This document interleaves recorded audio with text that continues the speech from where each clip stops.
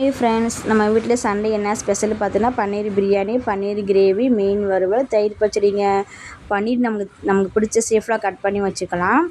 பன்னீர் எப்படி ஃப்ரை பண்ணணும் பார்த்தீங்கன்னா, ஒரு கடாய் அடுப்பில் வச்சுக்கோங்க. கடாய் நல்லா காஞ்சதுக்கப்புறம் எண்ணெய் ஊற்றிக்கோங்க. எண்ணெய் காஞ்சதுக்கப்புறம் மஞ்சள் பொடி போட்டு நம்ம கட் பண்ணி வச்சுருந்த பன்னீர் நல்லா போட்டு ஃப்ரை பண்ணி தனியாக எடுத்து வச்சுக்கோங்க. பிரியாணி எப்படி செய்யணும்னு பார்த்தீங்கன்னா, வெங்காயம், தக்காளி பழம், இஞ்சி, பூண்டு, பச்சை மிளகா, புதினா தழைங்க. மெயின் அதுக்கு புதினா தழை தேவைப்படுங்க.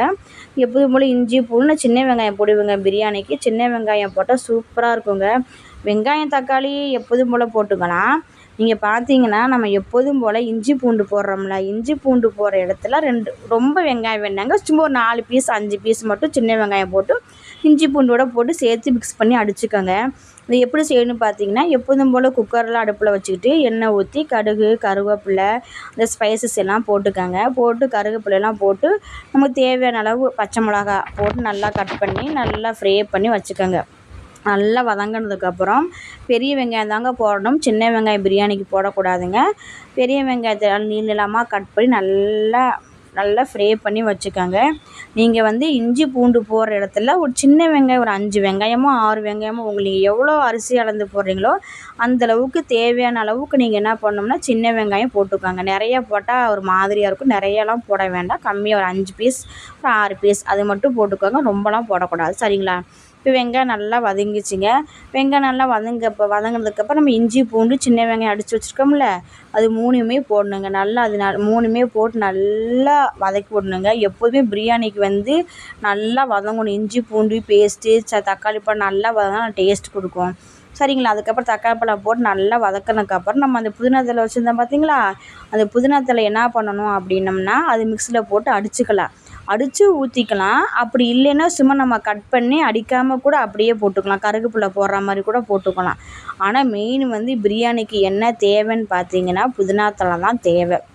புதினா தழை இஞ்சி பூண்டு இல்லைன்னா பிரியாணியாக இருக்காதுங்க, வேறு மாதிரி ஆயிருங்க, சரிங்களா? அதுக்கப்புறம் என்ன பண்ணோம்னா நம்ம அந்த தலையெல்லாம் போட்டோமா, புதினா தலையெல்லாம் மிக்ஸியில் அடித்து நல்லா போட்டோம். நல்லா ஃப்ரை பண்ணதுக்கப்புறம் பிரியாணி பொடி போடணுங்க. பிரியாணி பொடி கொஞ்சம் போடணும். அதுக்கப்புறம் மல்லிப்பொடி மெயினாக போடணுங்க. பிரியாணி பொடி, மல்லிப்பொடி, பெருங்காயம் பொடி 3மே போட்டு நல்லா வதக்கி விட்ருங்க. உப்பு போட்டு நல்லா வதக்கி விட்ருங்க.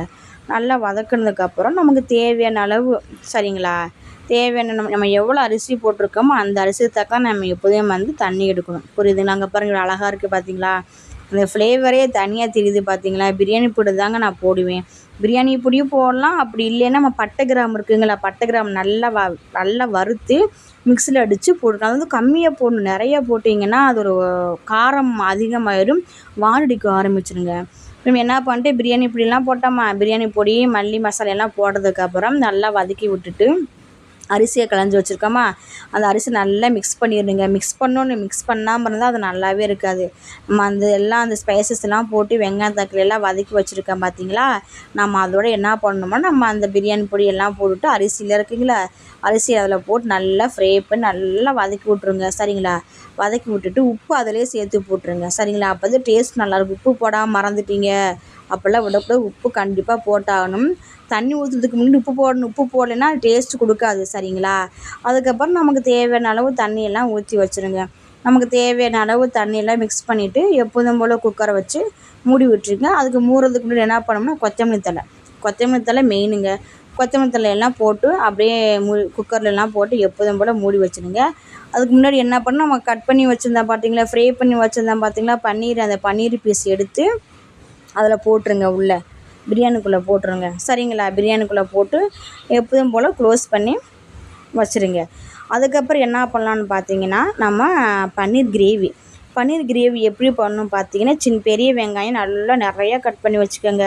அது கூட ஒரு 4-5 தக்காளி பழம், சரிங்களா? தக்காளி பழம் பச்சையாக தான் ஆட்டணும், வதக்க விடக்கூடாது, சரிங்களா?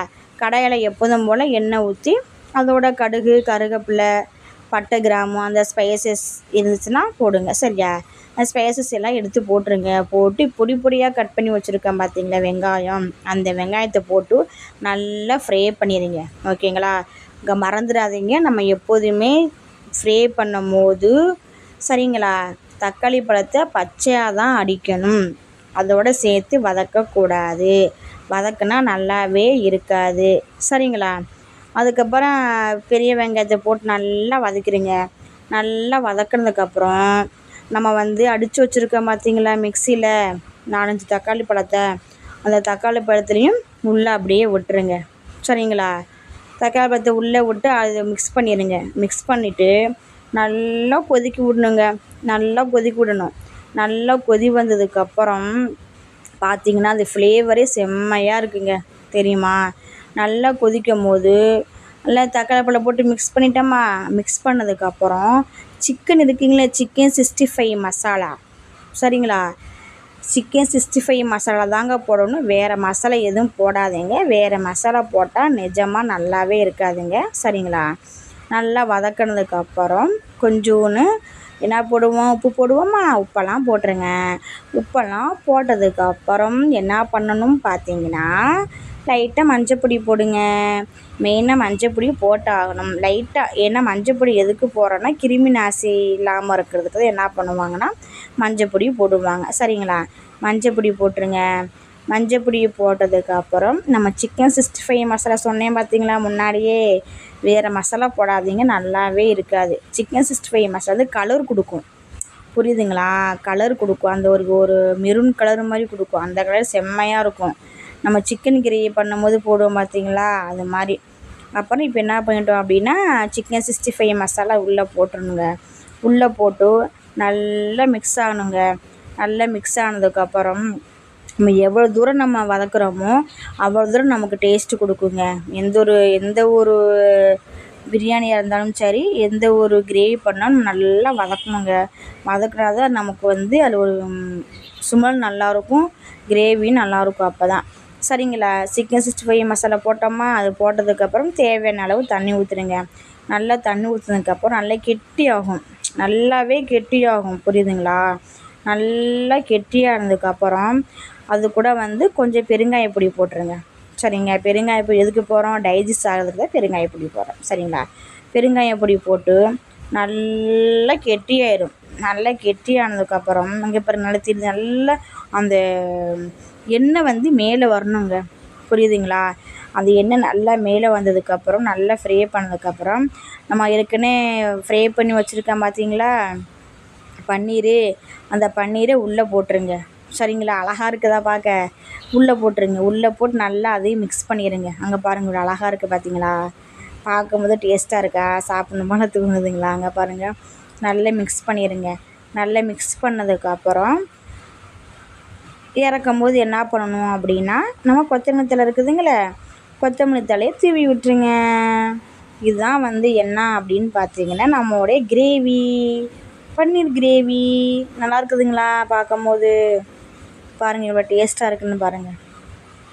நல்லா மிக்ஸ் பண்ணிக்கிட்டே இருக்கணுங்க. அந்த பன்னீரோடு நம்ம பன்னீர் இருக்குங்களா, பன்னீரில் வந்து ஒட்டணும் அந்த கிரேவி, அப்போ தான் நல்லாயிருக்கும். இல்லைன்னா நல்லாவே இருக்காது. சரிங்களா?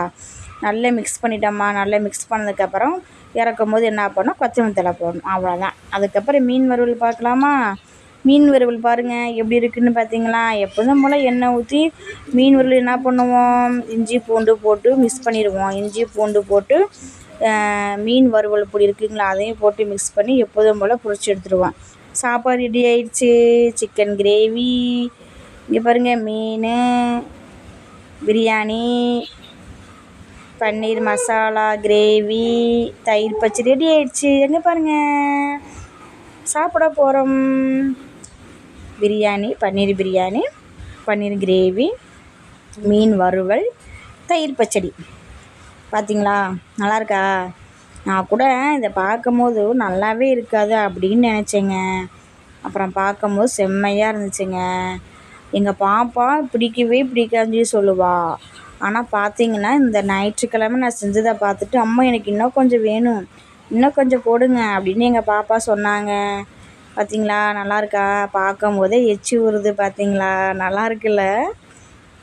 பன்னீர் பிரியாணி, பன்னீர் கிரேவி, மீன் வறுவல் எப்படி இருக்குது? எங்கள் வீட்டுக்கார் வந்து செய்யும்போது ஒரு சுமலே வரல அப்படின்னு சொல்லிட்டு இருந்தாங்க. செஞ்சதுக்கப்புறம் சாப்பிட்டதுக்கப்புறம் சூப்பராக இருக்குதுன்னு சொன்னாங்க. பாய்ங்க.